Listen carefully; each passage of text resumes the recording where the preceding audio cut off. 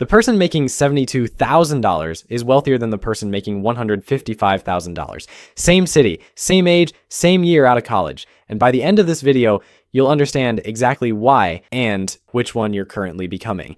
Picture two people. The first one, let's call him Marcus, makes $155,000 a year.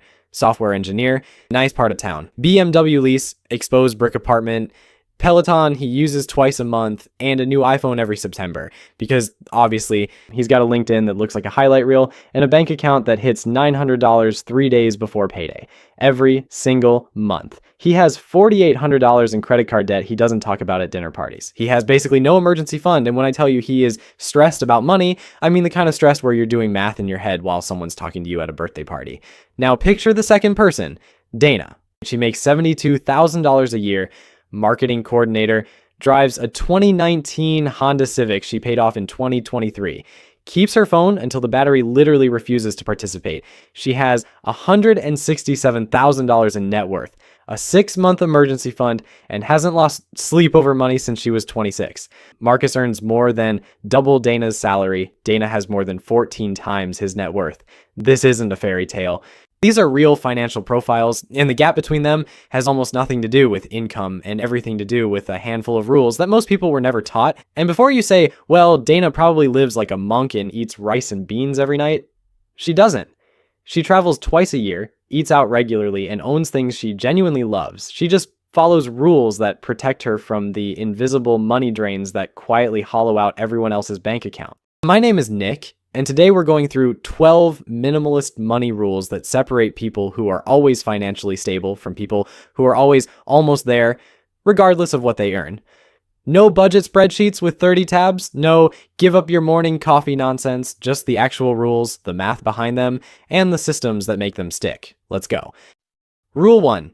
Define your enough number before your income defines it for you. Here's a question almost nobody asks themselves. How much is actually enough? Not how much do I want to earn? Not how much would be nice? How much do you specifically, concretely, mathematically need to live a genuinely comfortable life? And then stop the goalpost from moving. Most people never answer that question. And because they never answer it, the answer defaults to whatever I'm currently making plus a little more.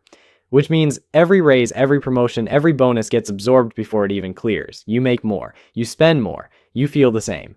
Repeat for 40 years. Congratulations, you've run a very expensive treadmill. The research on this is fascinating and a little depressing. For most people, emotional well-being does keep rising with income, but the rate of return drops off dramatically somewhere between $100,000 and $150,000. Beyond that, you're spending an enormous amount of money for very small increases in day-to-day happiness. And yet, reported data from Bloomberg and Lending Club shows that roughly 1/3 of households earning over $250,000 a year say they live paycheck to paycheck.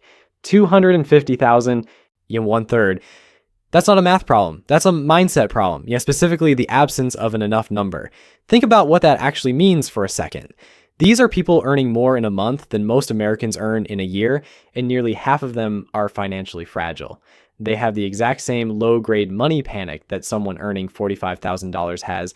The panic just lives in a nicer apartment, which means the solution was never the income.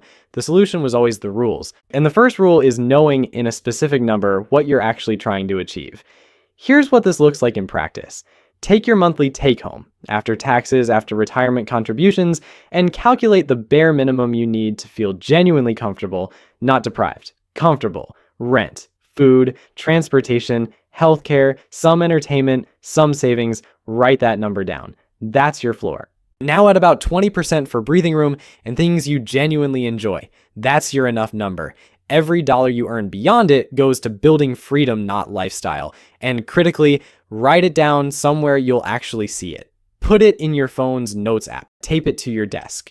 The enough number only works as an anchor if it's visible because the forces pulling you away from it, marketing, social comparison, your own brain's desire for novelty are relentless and invisible and working around the clock.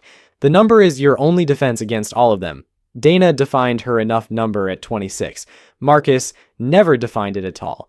That single decision alone explains most of the gap between them. Not the salary difference, not the career choices, not anything external. If you don't define enough, your spending will define it for you, and it will always define it as slightly more than you have. Rule 2, every purchase has a second price tag, and the second one is bigger. You buy something, you see the price, you pay it, transaction complete. Except it's not complete because every purchase you make has a second price tag that doesn't appear on the receipt. It's invisible. It's the amount that money would have been worth if it had been invested instead. And for most purchases, the second price tag absolutely dwarfs the first. Let me show you how brutal this math actually is. That $300 a month car upgrade you justified because I spend a lot of time in my car. Over 25 years at a 7% return, that $300 a month compounds into $243,000. You didn't spend $300 a month on a car. You spent nearly $250,000. You just paid it in monthly installments small enough to feel manageable, so your brain never processed the real number. Not your subscription stack, Netflix, Spotify, Hulu, YouTube Premium, a gym you use inconsistently, the app that syncs your journal to the cloud for $9.99 a month. Americans spend an average of $219 a month on subscriptions. That's $2,600 a year. Over 20 years at 7%, that's $114,000 in streaming services. You've essentially been financing a vacation home in monthly increments of $11.99 and forgetting about it immediately. The DoorDash habit, $50 every 2 or 3 days, roughly $600 a month. That's over $7,000 a year beyond what you'd spend cooking. Over 30 years invested, that's over $700,000. $700,000 for the privilege of not cooking. I'm not saying cooking is always worth it. I'm saying you should know the actual price of not cooking. Now, I want to be honest with you here because I know how this kind of math can feel. It can start to feel like everything is a terrible decision and you should never spend money on anything enjoyable ever again, which is both miserable and unsustainable. That's not the point. The point is that you should be making these decisions consciously with full awareness of the real cost, not because the price tag said $9.99 and that felt fine. Some things are worth the second price tag. A gym membership you actually use, a streaming service you genuinely love, a delivery on a brutal Wednesday night, fine. The question is always, do I know what I'm actually paying, and do I still choose it with that knowledge? Most people are choosing without ever seeing the real number. Every purchase is a choice between the thing and what the money would become. Most people only ever see one of those options. The second price tag is always there. You just have to train yourself to look for it. Rule 3. The identity audit, figure out who you're actually spending for. Okay, pause for a second. I want you to do something right now. Open your bank or credit card app. Look at your last 15 transactions, not your bills, not your rent, the discretionary stuff, the things you chose. And for each one, ask this question: would I have bought this if nobody would ever know I owned it? Not would I be embarrassed? Just would I still want it if it were completely invisible to every other human being? Go ahead, I'll wait. This exercise is uncomfortable because a surprising number of purchases fail that test, and most people are not consciously aware they're making identity purchases. It feels like preference, it feels like taste, but a lot of what we spend on is really just an answer to the question, what does this say about me? Thomas Stanley and William Danko spent decades studying actual millionaires for The Millionaire Next Door. One of their most striking findings: 86% of luxury car owners are not millionaires. The BMW is not a wealth signal. It is, statistically speaking, a debt signal, because the people who actually have the wealth usually aren't driving the BMW. They're driving something reasonable and quietly compounding the difference. The car you're leasing to look successful is being driven past someone's investment account every single month.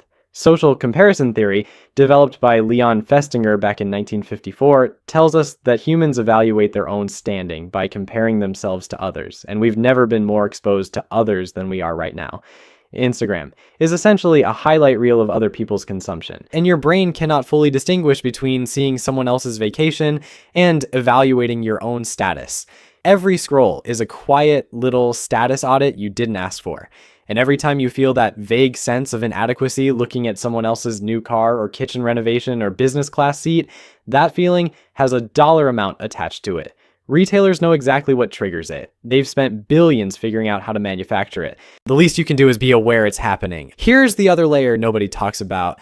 The people you're trying to impress with your spending usually aren't paying as close attention as you think. They're busy managing their own version of the same feeling. You're spending money to perform wealth for an audience that's too busy performing wealth to notice.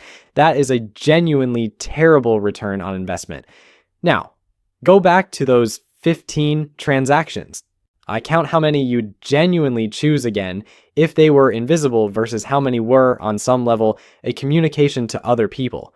If it's more than 3, you have an identity spending problem. And that's the most expensive kind because it scales with your income. The more you earn, the bigger the stage and the more expensive the performance. The rule is not never buy nice things. The rule is know why you're buying them. If you love it and nobody else needs to see it, great. If you're buying it because someone on your timeline got one last week and now you feel vaguely inadequate, that's not preference. That's the algorithm spending your money for you.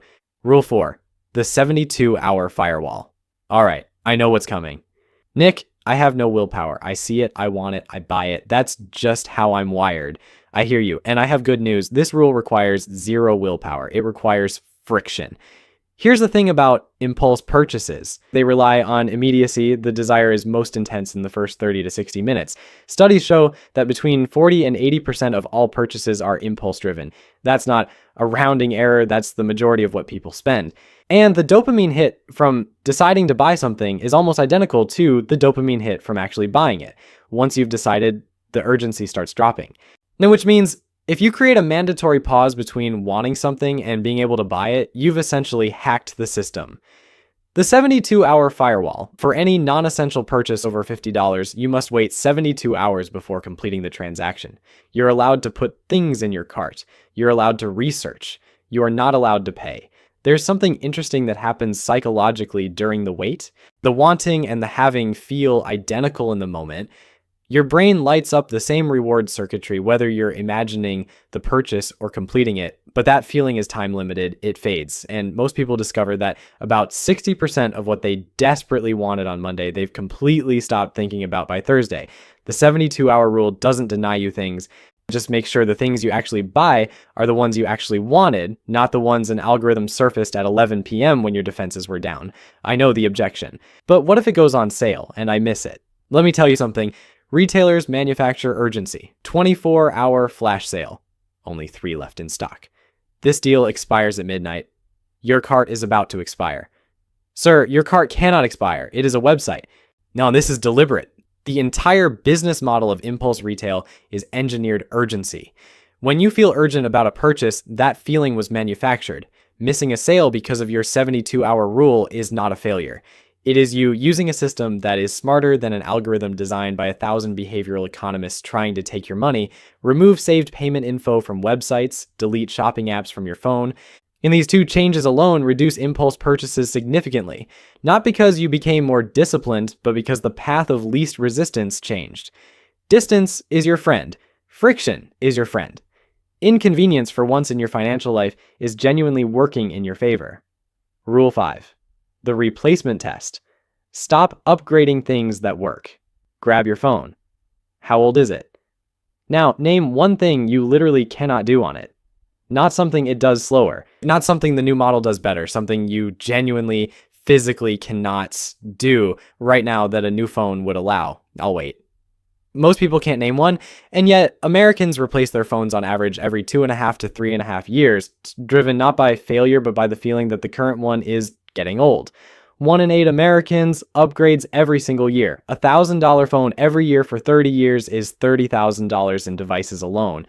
Stretch the cycle to 4 years, that's $7,500. The difference invested at 7% grows to approximately $50,000 for a phone that makes the same calls and sends the same texts. This is the replacement test. Before replacing anything, phone, car, furniture, laptop, appliance, it must answer yes to at least one of 3 questions. First, is it actually broken in a way that repair cannot fix for less than half the replacement cost?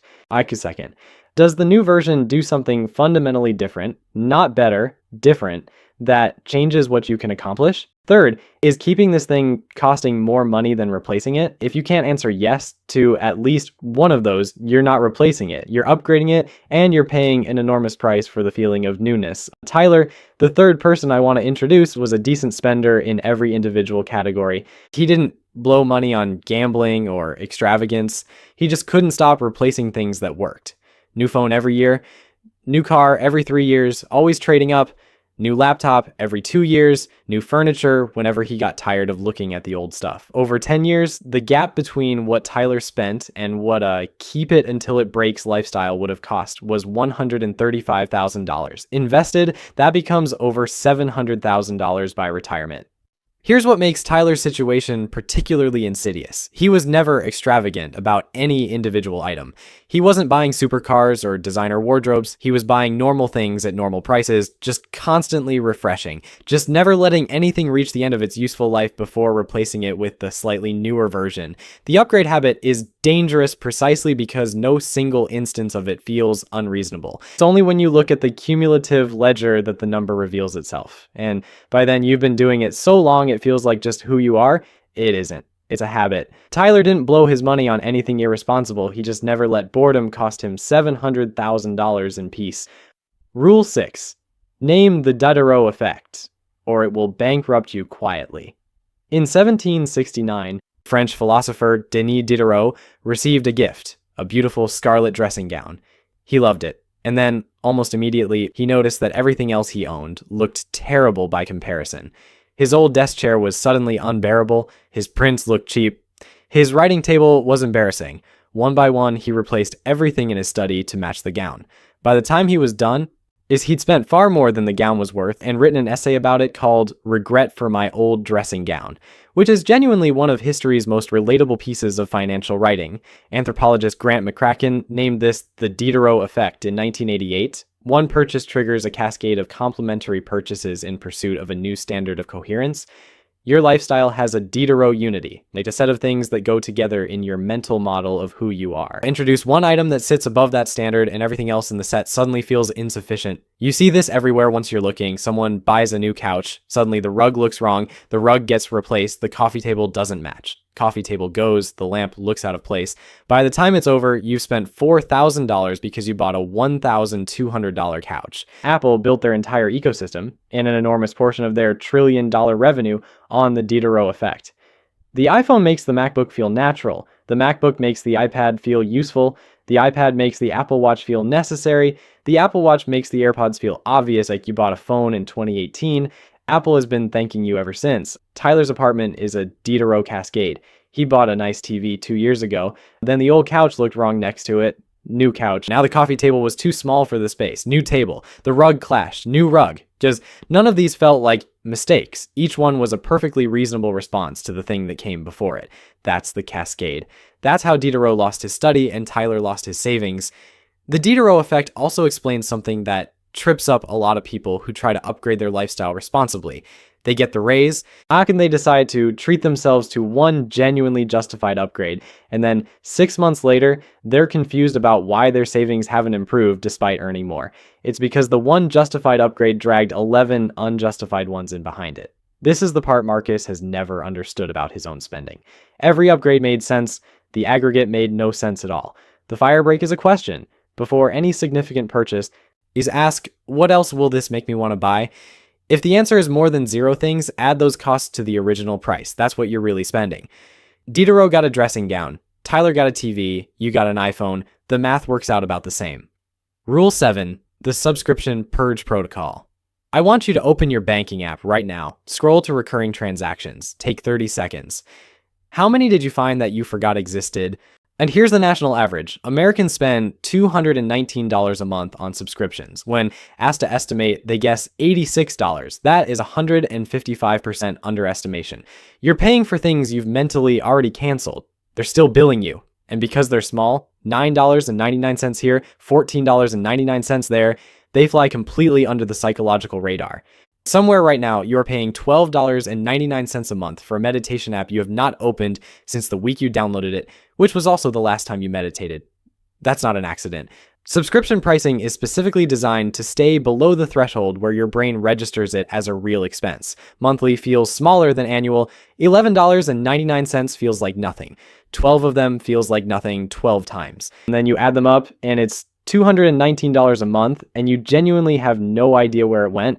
The protocol is not review your subscriptions. Everyone says that. The protocol is nuclear, cancel everything.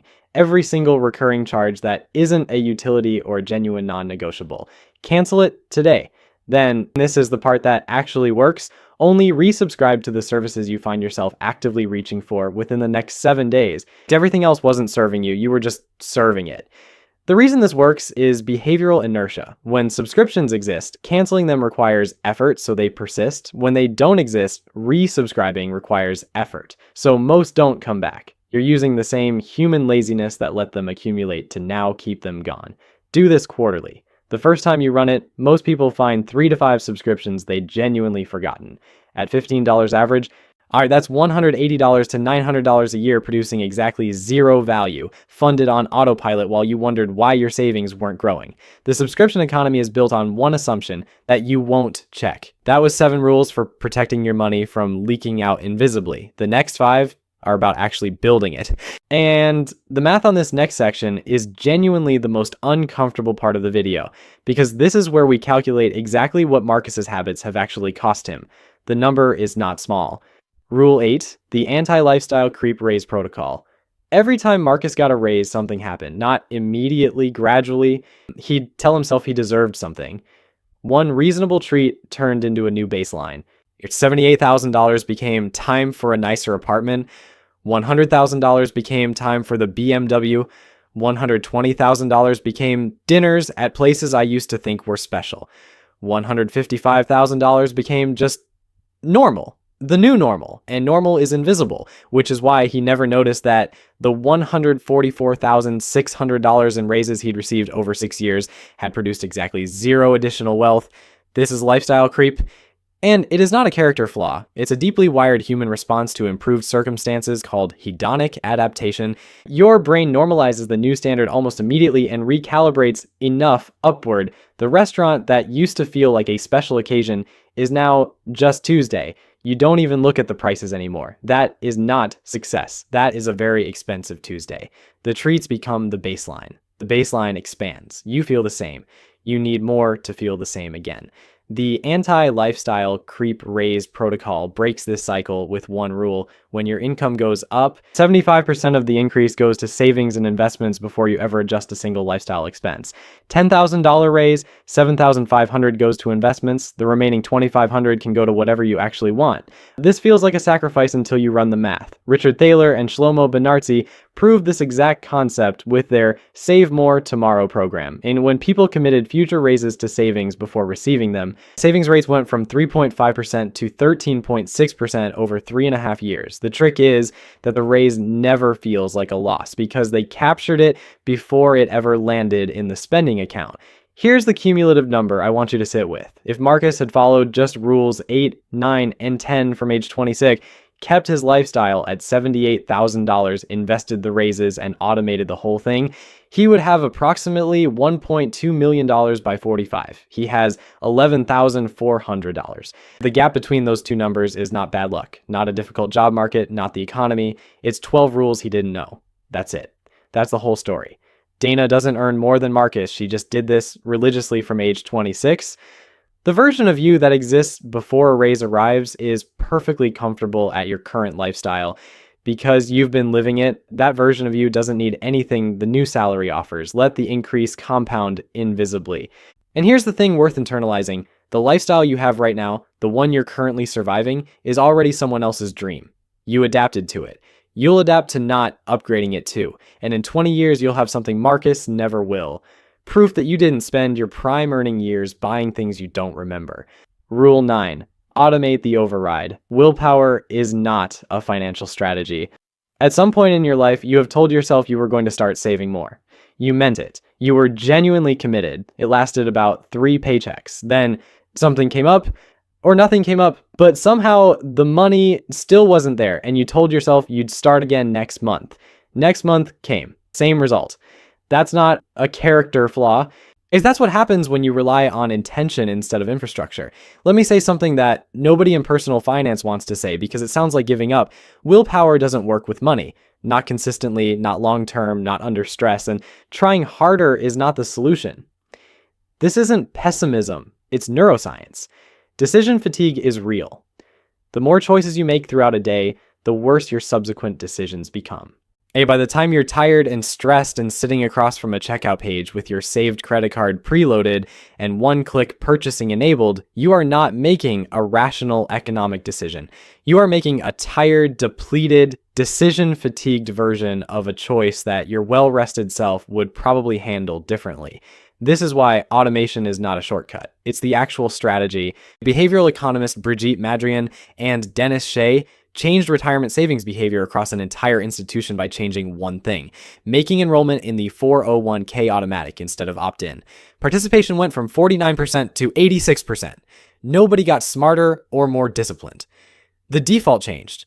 The financial industry has spent decades making investing feel complicated so that you pay someone else to do it for you. It is not complicated. It is a transfer and a checkbox. Do the transfer. Check the box. Here's the full automation stack that actually works. Payday, not the day after, not when you get around to it. An automatic transfer fires to your investment account. Your emergency fund lives at a separate bank with no debit card, so accessing it requires deliberate effort. Your bills, auto pay, your retirement contribution is a percentage, not a dollar amount, so it scales automatically with every raise. And there's one more piece most people overlook. The order of operations matters enormously. Pay yourself first, before rent, before groceries, before anything. Not because those things don't matter, but because when savings comes last, it gets whatever's left over, which is usually nothing. When savings comes first, spending adjusts. It always adjusts. Humans are extraordinarily good at living within constraints when those constraints are structural rather than voluntary. What you're left with in your spending account is already the money you can spend. No math required, no willpower required, no monthly internal debate about whether this purchase is really in the budget. The system already handled it. The people who consistently build wealth are not more disciplined than people who don't. They just built better architecture. Build the architecture. Rule 10. Track one number, your savings rate. Raise your hand if you've started a detailed budget, maintained it for 2 months with enormous effort, got distracted by life, fell off for a week, felt guilty, never opened it again, and then told yourself you'd start fresh on January 1st. The problem with complex budget systems isn't that people are lazy, it's that complex systems have too many failure points. Miss one category and the whole thing feels broken. Forget to log one dinner, and now the spreadsheet is 3 weeks behind and giving you existential dread. 32% of Americans maintain a monthly budget, and most budgeting apps are abandoned within 90 days. Not because people don't want to be better with money, because the system demands too much. So here's the minimalist alternative. Track one number, your savings rate. Savings rate equals money saved and invested divided by gross income times 100. If it's going up, you're winning. If it's going down, something is wrong and you know to look for it. If it's flat, you're maintaining. That's the whole dashboard. 30 seconds a month. If your savings rate is currently 0 and you are right now optimizing your asset allocation or debating which index fund has the lowest expense ratio, that is the financial equivalent of rearranging furniture in a house that is on fire. Put out the fire first. And the savings rate is the single metric that captures everything else. High savings rate means income grew faster than spending, or spending fell, or both. Low savings rate catches lifestyle creep, subscription drift, unexpected expenses absorbing your buffer, all of it in one number. The target is simple, at least 20% of gross income going to savings and investments. If you're below that, you have a clear signal to find friction in your spending. If you're above it, you're building real wealth on whatever income you have. $40,000 or $140,000. The savings rate doesn't care about your salary. It only cares about the gap between what comes in and what goes out. That gap is your entire financial future compressed into one number. Check savings rate monthly, check net worth quarterly, that's it. Everything else is noise, and if your savings rate is currently 0, that is the only financial emergency that actually exists right now, not your credit score. Not whether you're in the right fund, not your tax strategy. Get the savings rate positive first, the foundation before the furniture. Rule 11. Translate every purchase into hours of your life. Here's a reframe I want you to carry permanently after this video. Money is time, not metaphorically, literally. You traded hours of your life for the dollars in your accounts. When you spend money, you are spending the hours you work to earn it. And that reframe makes certain decisions look very different. Take your monthly take-home pay and divide it by 160, and the approximate number of working hours in a month.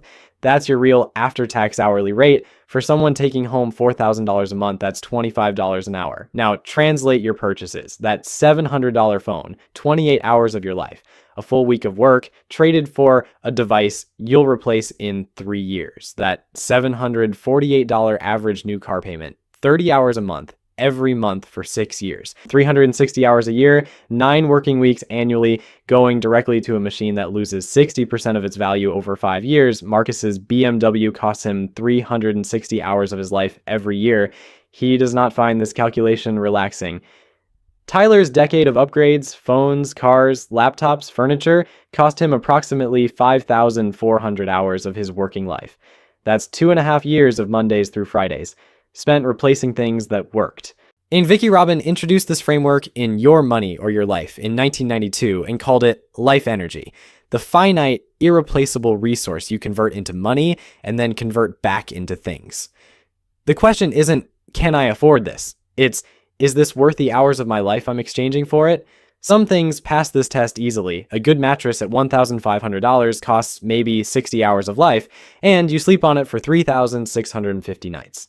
That's roughly 2 cents per use. A coffee machine you use every morning for 10 years, worth it. The $180 jacket you'll wear twice, $90 per wear. The subscription you forgot existed is still charging you 40 minutes of your working month, every month, forever until you run the purge protocol from Rule 7. What makes this reframe particularly powerful is that it forces you to compare purchases against something genuinely scarce. Money feels abstract. You make it, you spend it, you make more. Time is the thing you cannot make more of.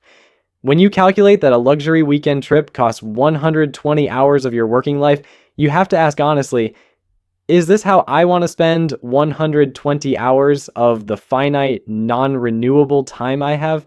Sometimes the answer is an emphatic yes.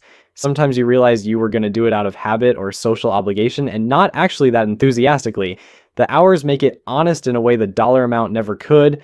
Like, this isn't about feeling guilty every time you buy something. It's about building a reflex that asks the real question.